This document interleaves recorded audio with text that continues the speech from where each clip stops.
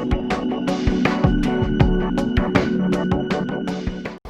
and welcome to another session of weekly analysis of current event.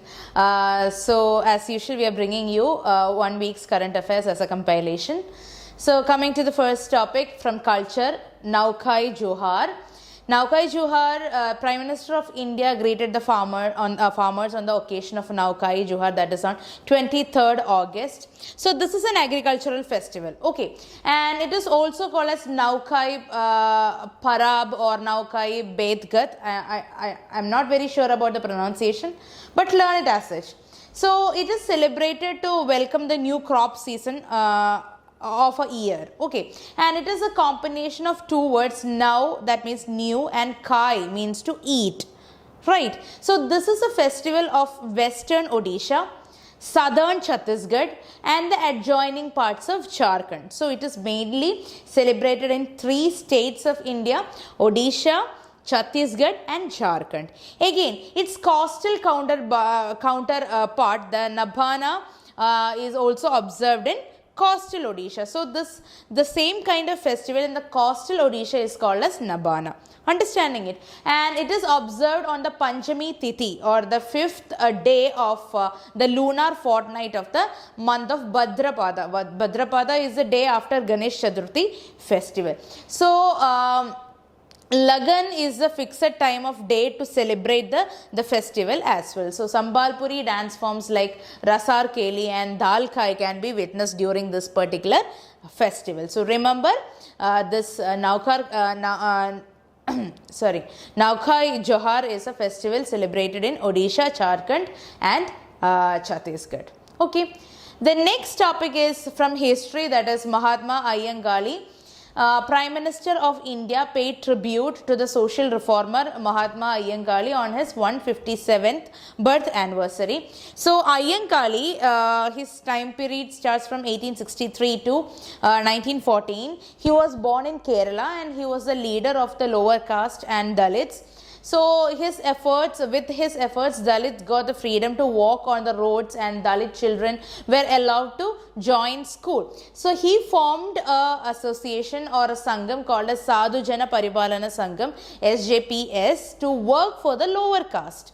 And the efforts to organize the depressed class, particularly the untouchable caste, predated the nationalist movement having begun in the second half of the 19th century. So this was an initiative taken from both sides of the ends of the caste spectrum by the upper class progressive reformers as well as by the members of the lower caste such as Mahatma Jyotiba Phule or Ambedkar or Iyengali, Sri Narayana Guru, Ayodhi Das, Periyar Ramaswamy. So both the classes actually participated in the reform movements for the lower caste. Okay.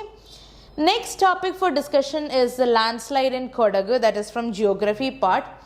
So recently, due to heavy rains, number of landslides occur in different part of India. One such drastic one was happened in Kodagu. So what is a landslide? It is the landslide is basically the movement of a rock, movement of mass of rock or debris or earth down a slope. So there are a type of mass, they are basically mass wasting itself, which denote that any movement of soil and rock under the direct influence of gravity. So mass wasting is basically under the influence of gravity, and landslide is also a kind of mass wasting itself. So the term landslide means the slope movement either falls or topples or slides or spreads and flows. Fine.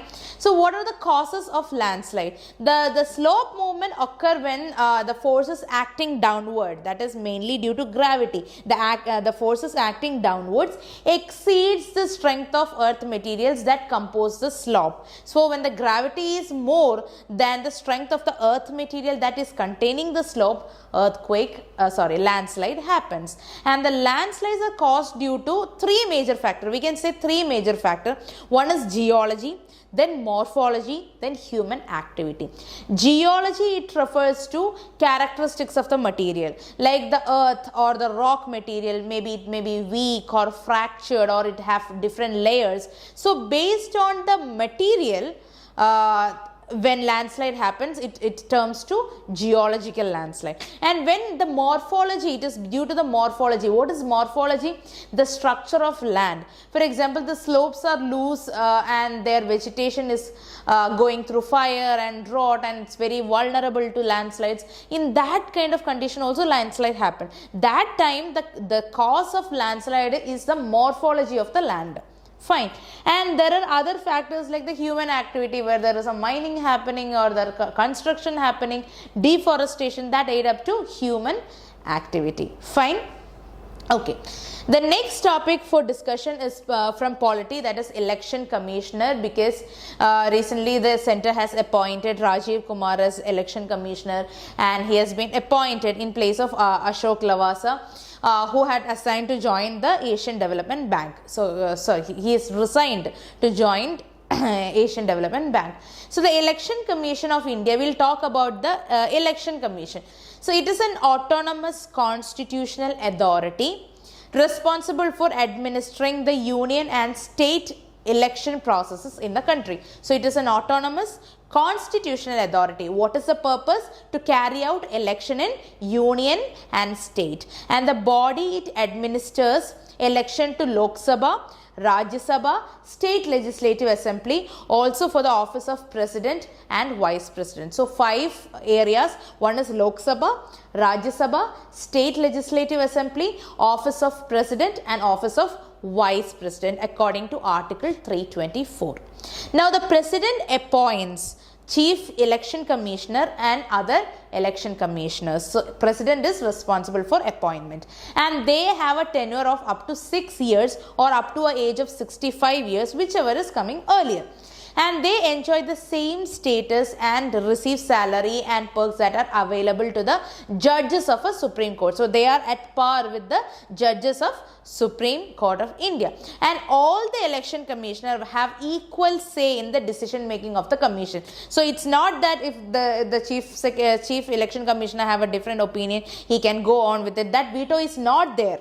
Like, all the election commissioner have the equal say in decision making process, and they can resign any time and also can be removed before the expiry of their term. So, the chief election commissioner can be removed from his office in the same manner as you remove a judge of a Supreme Court. How is it? He can be removed by president on the basis of a resolution, and that resolution should be passed by both houses of the parliament with special majority. And how? Because of some proved ground of some proved misbehavior or incapacity. Thus, he does not hold his office till the pleasure of president, though he is appointed by him. So, president appoints chief election commissioner, but still it's not under his pleasure that he is serving in the office. So, he can be removed by parliament by passing a resolution approved by president. Okay, and talking about the powers and functions of election commissioner, he have administrative powers as well as advisory power.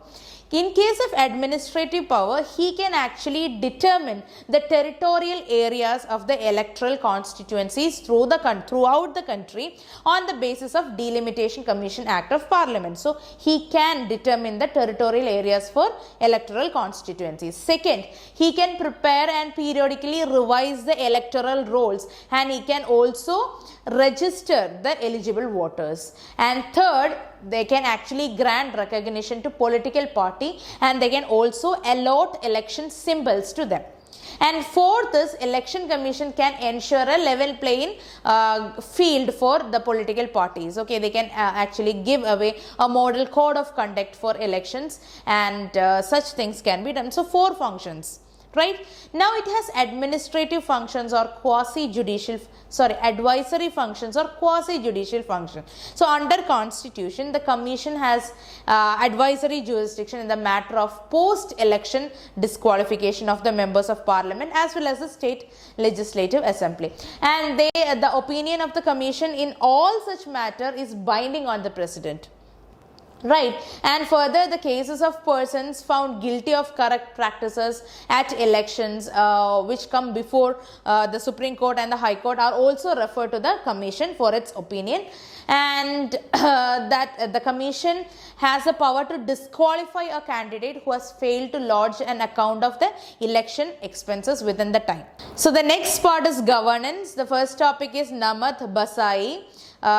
So the Kerala state government is carrying out a unique program called as Namath Basai of teaching tribal children in their mother tongue language. So the program is being implemented by Samagra Shiksha Kerala SSK, and SSK is an overarching program for the school education sector. It extends till 12th standard. It starts from preschool till 12th standard. Okay, and it aims to improve the school effectiveness. They improve the opportunities for schooling and equitable learning outcomes. So I would like to talk about 2 or 3 tribes from Kerala which is very popular and it's very important. The first tribe is Kurumba tribe. They are popularly called as Mala Pulayans and Hill Pulayans or Pamba Pulayans. So that traditional occupation is foraging and shifting cultivation. So this, please note this, the shifting cultivation is even practiced in Kerala by Kurumba tribes, and they collect the forest products like the honey, wax, soap nut, turmeric, ginger and wild cardamoms. They also have a habit, or they have an art of body tattooing. Okay, so again they have skills in baskets and mass, and their religion, it's really interesting, their religion is animism. That means they believe in spirituality of objects, places and creatures, and they also believe in totemism. Totemism is worship of any species of plants and animals thought to possess supernatural power. So their religion is animism and totemism. Now the second tribe I want to talk about is Irula or Irular tribe, and they are basically agriculturists. They grew paddy, ragi, dal, plantains and turmeric and other common hill products. And the religion, they majorly worship Vishnu under the name of Rangaswamy and Shiva without differentiation. So there is Shiva as well as Rangaswamy, and some practice animism, and they also worship tiger. Fine. The third tribe is Mudugar or Muduga. So they have social divisions at the clan level. Clan is called as Kal. Okay, and the traditional occupation is food gathering and hunting, and the religion is Hinduism. They worship Shiva. Okay, second topic from governance is the Adal Bhimit Vyakti Kalyan Yojana. So the Employee State Insurance Corporation has extended this particular scheme by 1 year. So that is why it is in news, and they have also relaxed the eligibility criteria and enhanced the payment of the unemployed benefit under this particular Yojana. So I will tell you what the Yojana is about. Atal Bhimit Vyakti Kalyan Yojana was introduced in 2018. So under this, the unemployment benefit is paid to the workers who are covered under the Employees State Insurance Scheme. So unemployment benefit is paid in the form of cash compensation up to 90 days once in a lifetime, to be claimed after 3 months, that is after 90 days in one or more spells for being rendered unemployed. So he should be covered under this particular employee state insurance scheme, as well as the compensation is going in the form of money after 90 days. Fine. And the employee should have completed 2 years of insurable employment and has contributed to not less than 78 days in each of the 4 consecutive contribution periods immediately preceding to the claims of the relief. Okay, and the benefit does not exceed 25% of the average earning per day. That is how it is calculated. Okay. The next topic is international relation, and the topic we are going to discuss is Chora Museum and the new gas field in Turkey. So recently the Turkish president reconverted the Chora Museum into a mosque, and this is the second museum after Hagia Sophia. We already discussed Hagia Sophia, right? So this is the second museum after Hagia Sophia to be converted into a mosque. So Turkey has also found a new gas field in the Black Sea. So first we'll talk about this Chora Museum. So it was initially a church in 534 AD during the early Byzantine period, and in 11th century its internal walls, pillars and domes were covered with mosaics and frescoes showing the scenes from the biblical stories. After the conquest of Constantinople, Constantinople is the capital city of Roman Empire. So they were captured in the conquest, and this was done by Ottoman Turks. Then they seized this church and they turned it into a mosque in 1511. Okay, and in 1945 it was converted into a museum. So Chora is also known as Kariye in Turkish, and the medieval church of the Holy Savior in Chora. Okay. Now coming to the next topic, that is BRICS 5G innovation base. This is in news because China has proposed the creation of a BRICS innovation base in China to take forward the 5G and artificial intelligence among the 5 countries. That is why it is in news. So the move could actually pose a conundrum before India, who is having issues with China in recent times, always, to be precise. But other countries seem to be willingly allowing China to participate in the 5G network. So India is unlikely to allow Chinese participation in the rollout of 5G network, particularly because of the recent incidents happened. So because India also banned 59 apps of China. So they can't allow China to go forward with the 5G network program. So a high-level committee on the 5G is opposed to include Chinese vendors like Huawei in the 5G trials. So Indian intelligence assessment have also expressed concern on the possible direct and indirect links of several Chinese companies, including Huawei, with the Chinese military. So that is what India accuses them of. Russia has agreed to work with China on 5G, and USA has restricted China's access to chip making tools. Then South Africa, Huawei is providing services to 3 of its telecom operators, and Brazil has also allowed the participation of Huawei in 5G trials. Okay. The next topic is economics, and the first topic to be discussed is increased investment through P notes. So according to SEBI data, the value of participatory note, which is P note investments in Indian capital market, has increased to 63,288 crore. Okay, so what I am trying to say that P notes have been showing a hike in the Indian capital market according to SEBI. This is the 4th consecutive monthly rise in investment through P notes. So I'll tell you what P note is. It is an offshore derivative instrument. Okay, and it is issued by registered foreign portfolio investors. Why? To oversee investors who wish to be a part of Indian stock markets. So it is issued by FPI to the overseas investors, right? From here, FPI to overseas investors. And why they are issuing this? Because maybe the overseas investors want to be a part of Indian stock market without registering in our country directly. Right. So in that case, P note is being used. So it's an offshore derivative instrument. So P note have the Indian stock as their underlying assets. So what is the backup? It is the underlying assets in India. And though P note holders have less stringent registration requirements, they have to go through a proper due diligence process of SEBI. So they have to go through SEBI even before buying it from FPI. So SEBI, talking about SEBI, it was established in 1992 according to SEBI Act, and it functions to protect the interest of the investors in security. Okay, and also to regulate security market and all the things related to it. FPI are the non-residents who invest in Indian securities like shares or government bonds or corporate bonds. Understanding it? So these FPI are registered people, they issue P note. Okay. The next topic is credit guarantee for NBFC MFI.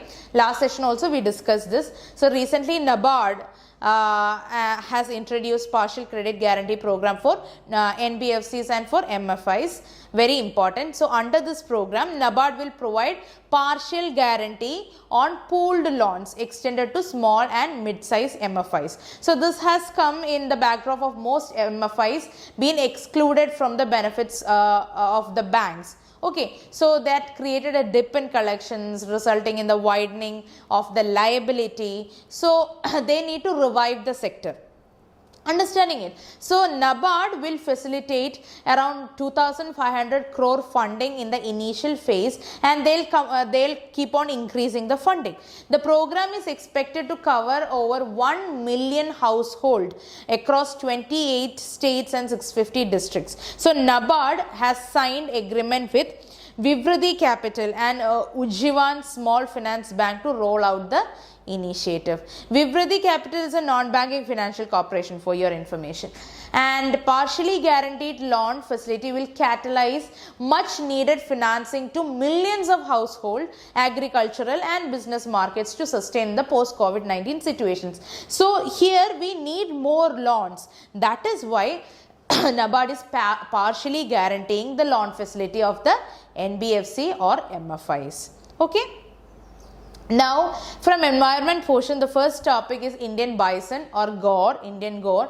So, recently a case of poaching of Indian bison was discovered using a sniffer dog in West Bengal. So, Indian bison, you might be very familiar about, it's a huge animal. You might have seen it in Bahubali movie also. So, talking about the species, it is native to the South and South Asia. And they are also found in Nagarhole, Bandipur, Masinagudi National Parks and BR Hills, Billy Rangana Hills. And the conservation status is vulnerable. It is included in the Schedule 1 of the Wildlife Protection Act of 1972. It is the tallest species of wild cattle and it's the largest extant bovine.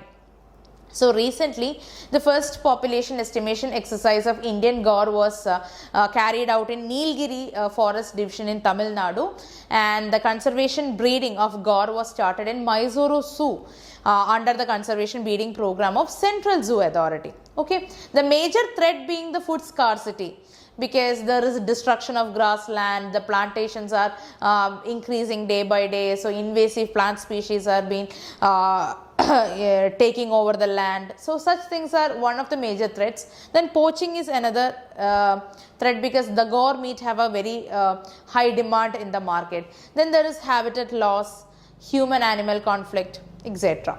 Okay. The next topic is wildfires in California.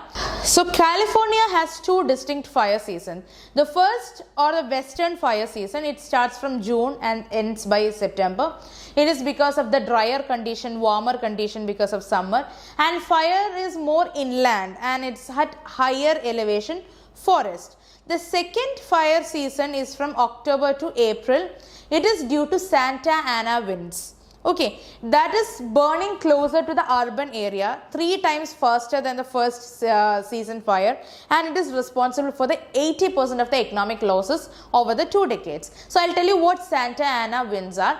The wind got its name from a canyon in the orange country, California. They are dry wind. They are dry, warm, often hot winds that blow westward through the southern California towards the coast. So they are usually seasonal and typically occur between the October and March, and it peaks in the December, in the mid of this period. Okay. In science and technology, the first topic is star formation in dwarf galaxy. So recently, astronomers from Aryabhatta Research Institute of Observation Sciences, AIRES, have found out the reason behind the intense star formation in the small dwarf galaxies. So AIRES is it's an autonomous institute under Department of Science and Technology. So they are saying that in the middle of this billions of galaxies in the universe, a large number of stars are tiny ones, 100 times less massive than the Milky Way galaxy. So most of these are the dwarf galaxies and form stars at a much slower rate than the massive ones.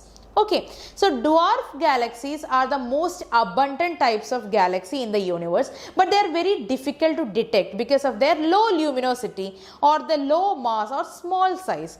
However, some dwarf galaxies have been forming new stars at a mass normalized rate, like 10 to 100 times more than that of Milky Way galaxies. So some are like very slow, but some dwarf galaxy are more faster than the Milky Way galaxy, 100 times faster than Milky Way galaxy. So the star formation activities do not last longer than a few tens of million years. Maybe it can reach much more than that, but it will not go beyond it. So scientists, they have used the Devastal fast optical telescope, DFOT, okay, that is placed near Nainital in Uttarakhand, and a giant meter wave radio telescope, GMRT, in Maharashtra. So these two are used for understanding the concept of galaxies and dwarf galaxy. One is the Devastal fast optical telescope and the other one is giant meter wave radio telescope. Okay. The next topic is INS Viraat. So recently, Indian naval ship INS Viraat will be scrapped at a shipbreaking yard in Alang in Gujarat. So the decision to decommission it was taken in 2009. So 2019, INS Viraat hold the Guinness World Record for the longest serving warship of the world. So it is a Centaur class aircraft carrier weighing around 27,800 tons, serving in British Navy as a HMS Hermes for 25 years. Then it came into Indian Navy after refurbishment. So the Centaur class of aircraft carriers of the Royal Navy was the last of the light fleet carrier designed for World War II. So Viraat played a major role in Operation Jupiter. Operation Jupiter happened in 1989. That's a peacekeeping operation that we did in Sri Lanka. It also saw actions during Operation Parakram in 2002, that is after the Parliament attack. And the indigenous advanced light helicopter Dhruv and the Russian twin rotor Kamov 31 have also operated from this particular ship. It was decommissioned in March 2017 and the Navy has been having so much expenditure since then on to keep it up. So that is another thing. Then in 2014, INS Vikrant, which also played a major role in 1971 war, that is liberation of Bangladesh Liberation War, that was also broken down in Mumbai. So however, several attempts by the Navy have been there to preserve the carrier by converting into a museum, and that also failed. So the vessel could not be handed over to any state government because of the lack of money to sustain it or to preserve it. So the state government of Maharashtra and Andhra Pradesh have planned to preserve the aircraft in the form of a museum. So India is currently doing with INS Vikramaditya, the refurbished Admiral Gorshkov, and now the trials of the first indigenous aircraft carrier to be named INS Vikrant is being built in or it's been ongoing making in Cochin shipyard as well. Okay, so that's all for today guys. I hope you enjoyed the session. Thank you so much.